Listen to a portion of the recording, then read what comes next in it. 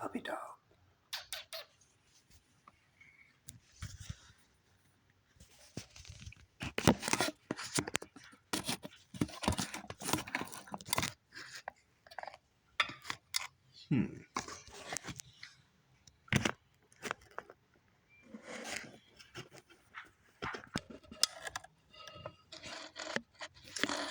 Hello, everybody.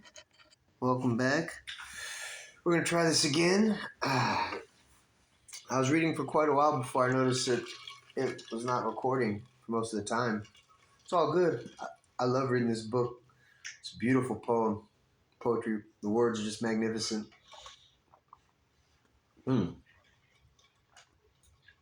Always remember to bless your water. So, talking about my journey, my personal journey, in regards to my big move to Oregon to follow my dreams, working on a farm, living in nature, being more free from what the city offers me. Nothing against Houston. Got everything here. H-Town representative for life. But that being said, I'm ready for something new. Something more natural is what my heart and soul yearns for. So, like I told y'all, my business plans, Heart Herbal Extracts Labs, bringing that to Oregon. It's a dream. Working step by step to build that dream. I've already got the foundation here, mastered the artisan craft of herbal extraction, many different ways to get at it. I can make it all. Everything from shatter to crumble, diamonds, sauce. I got it all down. I whip it all up, and I love it. I love learning the last year so the chemical process, about different light hydrocarbons and whatnot, and the extractions. There's so many different variables from different kinds of plants. I love it. It's so interesting to me personally. That being said, a huge milestone for me personally I just achieved on working towards my goal of having my business in Oregon. And this milestone today, I'm proud to say, was I aced an exam. Whoop, whoop, whoop. Yeah, pat on the back. Pat on the back. Last time I took an exam, I don't know, high school, but whatever. Last time I aced an exam, last one I took, you already know. Took me 12 minutes and 2 seconds, so I'm going to look up that angel number, 1202, see what it do. I just want to share with y'all that I passed the test for the Oregon Recreational Marijuana Workers Licensing. So boom, there you go. That is one small step that I've physically taken for myself to put myself in a better position to achieve what I want to achieve as far as my dreams go in the near future in regards to my business and my life in Oregon, moving along to Oregon. That being said, I've started to see things differently. Instead of looking at the wider, grander picture, which I've always, guilty of doing, get anxious when you see all that and don't see the little steps. So, I'm in a very grounded place right now, and I think a lot of it is having to do with reading this wonderful book, SAVITRI. So I thank Sri AUROBINDO for giving us this divine inspiration.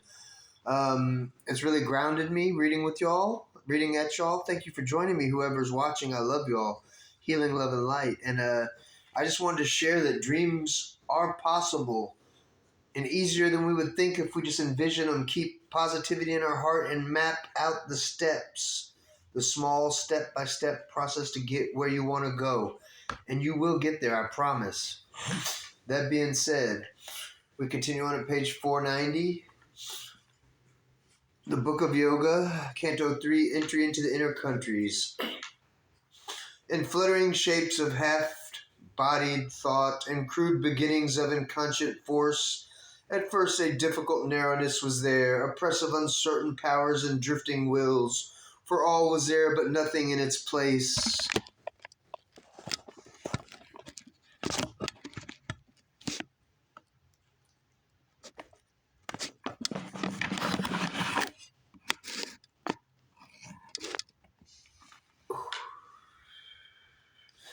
At first, the difficult narrowness was there, a press of uncertain powers and drifting wills.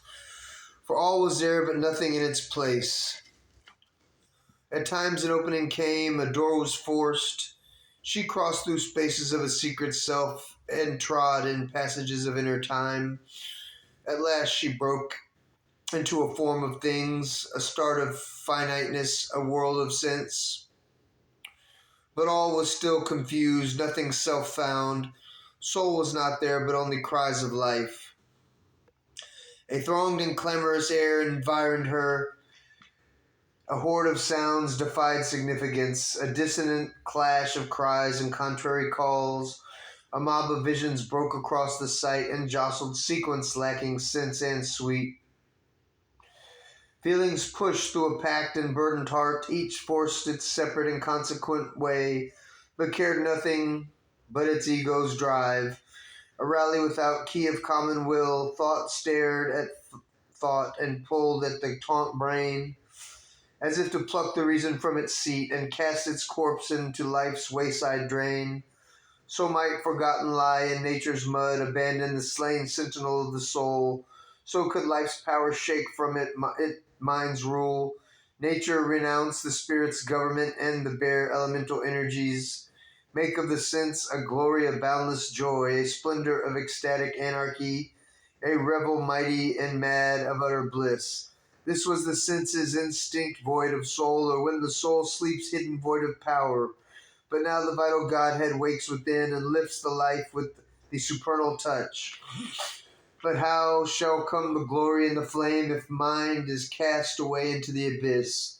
For body without mind has not the light, the rapture of spirit sense, the joy of life, all then becomes subconscient, tenebrous, and conscience puts its seal on nature's page.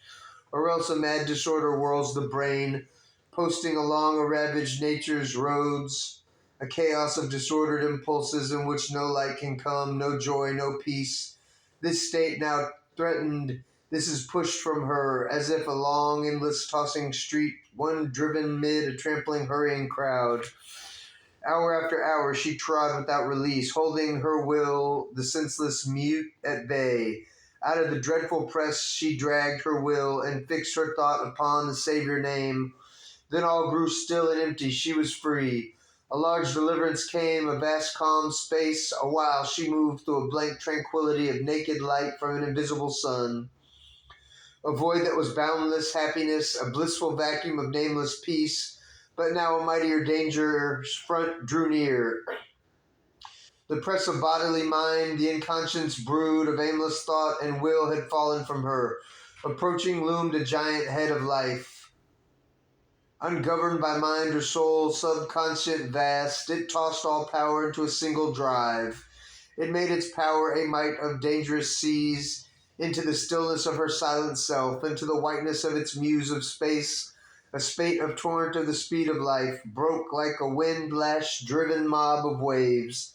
Racing on a pale floor of summer sand, it drowned its banks, a mountain of climbing waves. Enormous was its vast and passionate voice. It cried to her listening spirit as it ran, demanding God's submission to chainless force, a deaf force calling to a status dumb, 1,000 voices in a muted vast. It claimed the heart's support for its clutch at joy, for its need to act the witness soul's consent, for its lust of power, her neutral being seal into the wideness of her watching self. It brought a grandiose gust of the breath of life.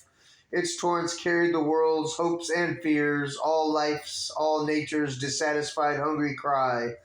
And the longing all eternity cannot fill, it called to the mountain secrecies of the soul, and the miracle of the never-dying fire. It spoke to some first inexpressible ecstasy, hidden in the creative beat of life.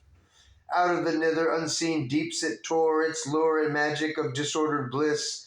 Into earth-light poured its maze and tangled charm, and heady drought of nature's primitive joy, and the fire of and mystery of forbidden delight. Drunk from the world libido's bottomless well, and the honey-sweet poison wine of lust and death, but dreamed a vintage of glory of life's gods, and felt the celestial rapture's golden sting, the cycles of the infinity of desire, and the mystique that made an unrealized world, wider than the known and closer than the unknown, in which hunt forever the hounds of mind and life, tempted a deep dissatisfied urge within, to long for the unfulfilled and ever far, and make this life upon a limiting earth a climb towards summits vanishing in the void, a search for glory of the impossible. It dreamed of that which never has been known. It grasped at which has never been won. It chased into Elysian memory the charms that flee from the heart's soon lost delights. It dared the force that slays, the joy that hurts, the joys that hurt, the image shape of unaccomplished things, and the summons to a Circean transmuting dance, and passion's Tennessee of the courts of love, and the wild beasts ramp and romp with beauty and life. It brought its cry and surge of opposite powers, its moments of the touch of luminous plains, its flame ascensions and sky-pitched vast attempts, its fiery tower of dream built on the winds, its sinking towards the darkness and the abyss, of its honey of tenderness, its sharp wine of hate, its changes of sun and cloud, of laughter and tears, its bottomless danger pits, its wallowing gulfs, its fears and joy and ecstasy and despair, its occult wizardries, its simple lines and great communions and uplifting moves, its faith in heaven, its intercourse with hell. These powers were not blunt with the dead weight of earth. They gave ambrosia's taste the poison's sting. There was an ardor in the gaze of life that saw heaven blue in the gray air of night. The impulses Godward soared on passion's wings. Mind's quick-paced thoughts floated from their high necks. A glowing splendor as of an irised mane, a power of pure intuition's light. Its flame foot gallop they could imitate, mind's voices mimicked inspiration's stress. Its ictus of infallibility, its speed and light, heaven leaped of the gods. A trenchant blade that shore the nets of doubt, its sword of discernment seemed almost divine. Yet all that knowledge was a borrowed son's. The forms that came were not heaven's native births. An inner voice could speak the unreal's word, its prescience dangerous and absolute, could mingle poison with the wine of God. On these high shining backs falsehood could ride. Truth lay with delight in error's passionate arms. Gliding downstream in a blithe glided barge, she edged her ray with a magnificent lie. Here in life's nether realms all contraries meet. Truth stares and does her works with bandaged eyes, and ignorance is wisdom's patron here. Those galloping hooves in their enthusiast speed could bear to a dangerous intermediate zone, where death walks wearing a robe of deathless life, or they enter the valley of the wandering gleam, whence captives or victims of the spacious ray, souls trapped in the region never can escape. Agents, not masters, they serve life's desires, toiling forever in the snare of time. Their bodies born out of some nihil's womb, ensnare their spirit in the moment's dream, then perish vomiting the immortal soul. Out of matter's belly into the sink of naught, yet some uncaught, unslain can warily pass. Carrying truth's image in the sheltered heart, pluck knowledge out of error's screening grip.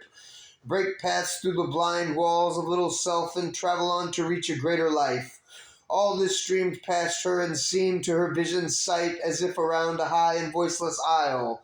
A clamor of waters far from unknown hills swallowed its narrow banks and crowding waves, and made a hungry world of white wild foam, hastening a dragon with 1,000,000 feet. Its foam and cry had a drunken giant's din. Tossing a mane of darkness into God's sky, it ebbed, receding into a distant roar. Then smiled again a large and tranquil air, blue heaven, green earth, partners of beauty's reign, lives as of old, companions in happiness, and in the world's heart laughed the joy of life. All now was still, the soil shone dry and pure. Through it all she moved not, plunged not in vain waves. Out of the vastness of the silent self, life's clamor fled. Her spirit was mute and free.